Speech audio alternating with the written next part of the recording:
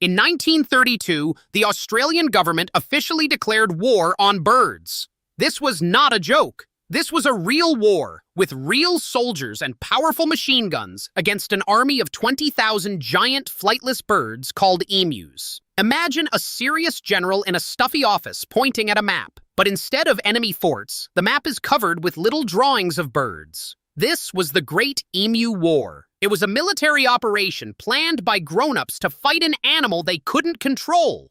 Can you believe it? So why did this happen? After World War I, Australia gave land to its soldiers as a way to say thank you, but the land was bad, and farming was super hard. Then, the Great Depression hit, making everything even worse for these struggling farmer families. They had no money. Their crops were failing. They were at the very edge of giving up. And just when they thought things couldn't get any crazier, a new enemy appeared on the horizon. A huge, hungry army was marching toward their farms. That army was 20,000 emus. These giant birds, looking for water, found the farmers' wheat fields instead. They crashed through fences like they weren't even there. They ate everything in sight, destroying the farmers' only hope of making a living. It was a feathery plague. The farmers, who were old soldiers, had a wild idea. They went to the Minister of Defense, the guy in charge of the whole army. They asked him for help. They wanted to use machine guns, the same kind they used in the Big War, to fight the birds. And the government said yes. They sent a real military officer, Major G.P.W. Meredith, to lead the attack. He brought 2 soldiers with him. They had 2 Lewis machine guns and 10,000 bullets. It was a tiny human army, sent to fight a massive bird army. The first battle took place in a place called Campion. The soldiers saw a group of about 50 emus. The plan was simple. They would hide and wait for the birds to get close, then open fire. It seemed like a perfect ambush, but the plan fell apart instantly. The emus were too far away for the guns to work well. So the local farmers tried to help by herding the emus towards the soldiers. This was a terrible idea. It was like trying to herd the wind. The final score for this glorious first attack? Maybe 12 dead birds. The emus, seeing the clumsy farmers, panicked. But they didn't run into the trap. Instead, they split into a bunch of tiny groups and ran in every direction. The soldiers fired their big guns, but they barely hit anything. The first battle was a total, embarrassing failure. So why were they so hard to fight?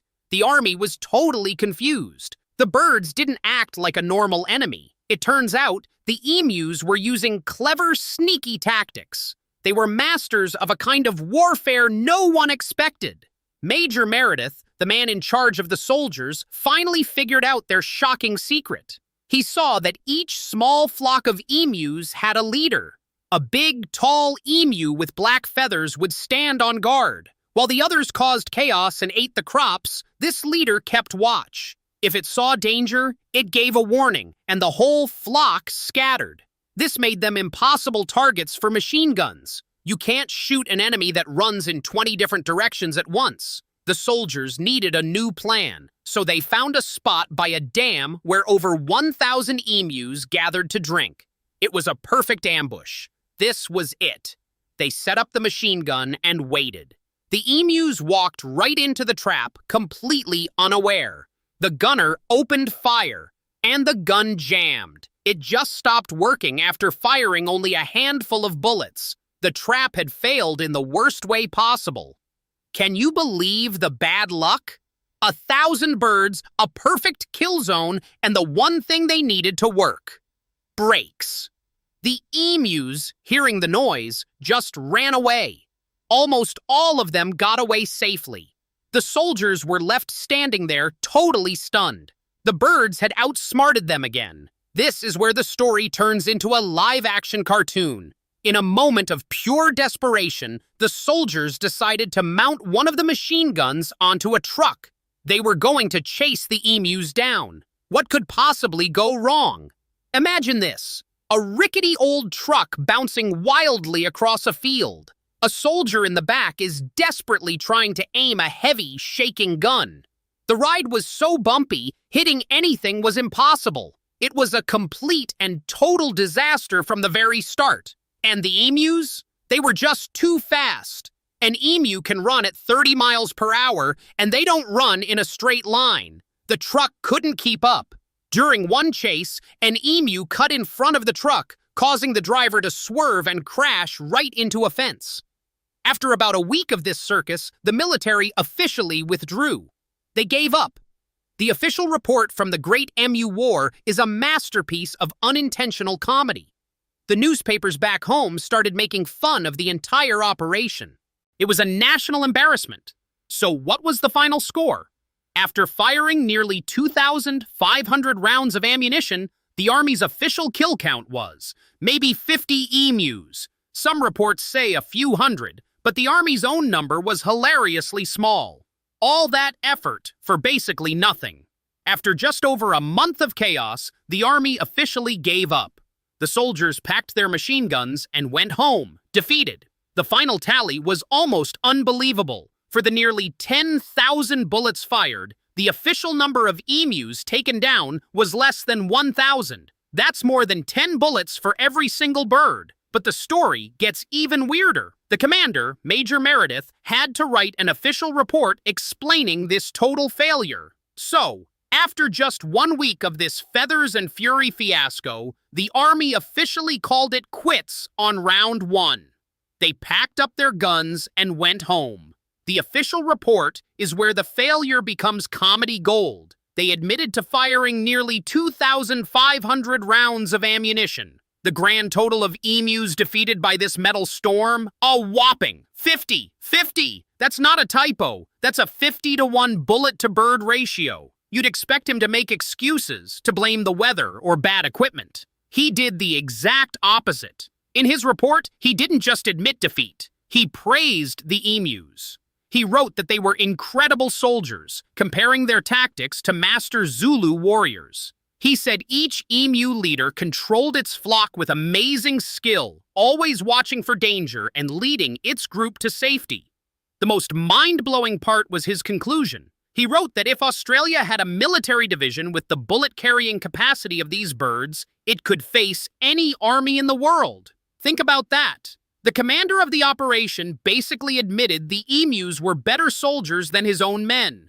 When this story hit the newspapers, the entire country of Australia started laughing. It was a national joke. People living in the cities couldn't get enough of the story about their mighty army being defeated by a bunch of big, flightless birds. The mockery even reached the government.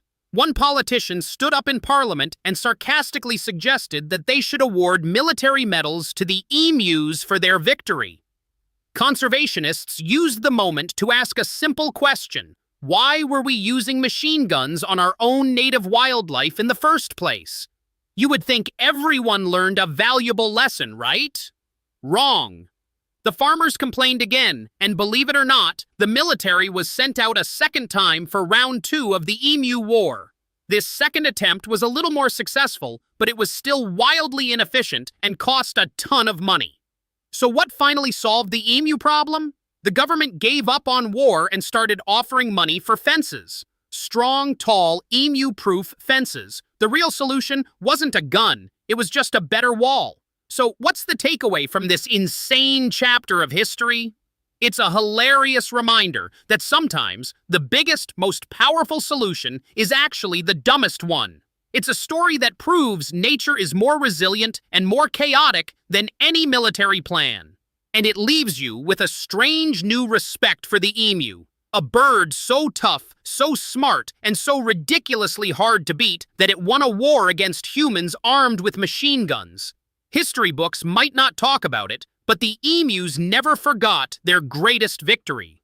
In a strange way, the emus became Australian heroes. They were not just birds, they were a symbol, a feathery, fast-running symbol that you can't just push nature around. It pushes back. So what finally worked? It wasn't more soldiers or bigger guns. The government gave up on the military idea completely. Instead, they just offered money, a bounty for every emu skin. No drama, no battles, just simple economics.